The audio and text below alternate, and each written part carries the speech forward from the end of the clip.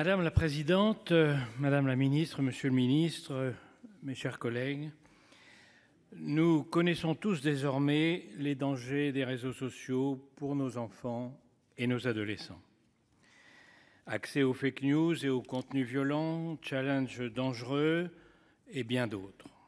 Nous sommes bien loin des premiers réseaux qui permettaient simplement de conserver des liens entre familles et amis éloignés les uns des autres.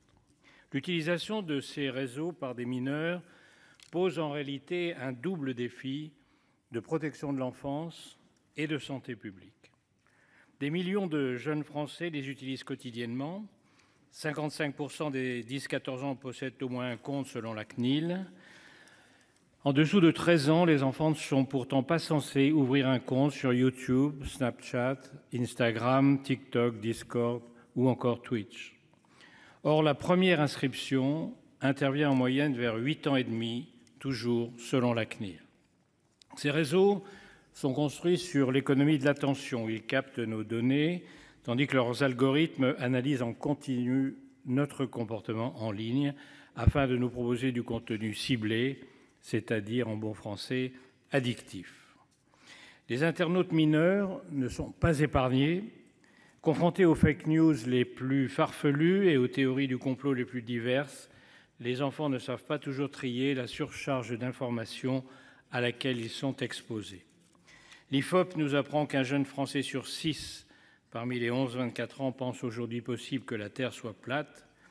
1 sur 5 des 18-24 ans pense que les pyramides égyptiennes ont été bâties par des extraterrestres. Nos jeunes sont également confrontés à des contenus violents, inappropriés et choquants, parfois sans le vouloir, tout simplement parce que certains sites pour adultes ne verrouillent pas l'accès à leur contenu. Il est loin le temps du vidéoclub où il fallait passer le contrôle du vendeur pour louer une cassette. Aujourd'hui, le contenu pornographique est accessible gratuitement sans la moindre vérification d'âge.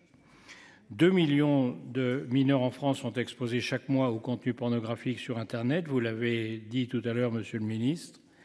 Cet état de fait préoccupant nous alerte et doit nous engager à agir. Les réseaux sociaux permettent une liberté de ton et un anonymat qui n'existent pas dans le monde réel. Ils favorisent toutes les dérives et tous les excès, comme l'avait souligné notre collègue Colette Mélot dans son rapport sur le harcèlement scolaire. Elle soulignait qu'un enfant sur 10 est harcelé à l'école. Ce harcèlement est loin de se limiter à la cour de récréation. Il se poursuit jour et nuit, via les réseaux sociaux, jusque dans l'intimité du domicile familial. De la même manière, certains réseaux sociaux participent à l'hypersexualisation des jeunes, particulièrement des jeunes filles. D'autres permettent les échanges directs de mineurs avec des adultes mal intentionnés. Tout cela pour des enfants qui n'ont parfois même pas atteint l'âge de 10 ans. Évidemment, cela ne peut durer. Permettre à nos enfants de naviguer sur Internet en toute quiétude représente un défi majeur. Cette proposition de loi est une première étape dans la réponse que nous y apporterons. Ce texte va foncièrement dans le bon sens. Je salue son auteur, notre collègue le député Laurent Marcangeli, pour son engagement sur ce sujet si important. Je remercie également notre rapporteure, Alexandra Borchio-Fontimp, de son travail attentif. Notre Assemblée doit se prononcer avec fermeté sur la question de la responsabilité des plateformes numériques.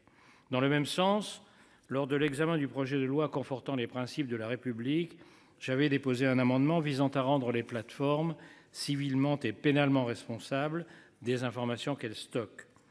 Cet amendement, adopté à l'unanimité au Sénat, n'a pour le moment pas été présenté à l'Assemblée nationale et je le regrette. Imposer la mise en place effective d'une solution technique pour vérifier l'âge des utilisateurs et l'autorisation des parents est une avancée certaine.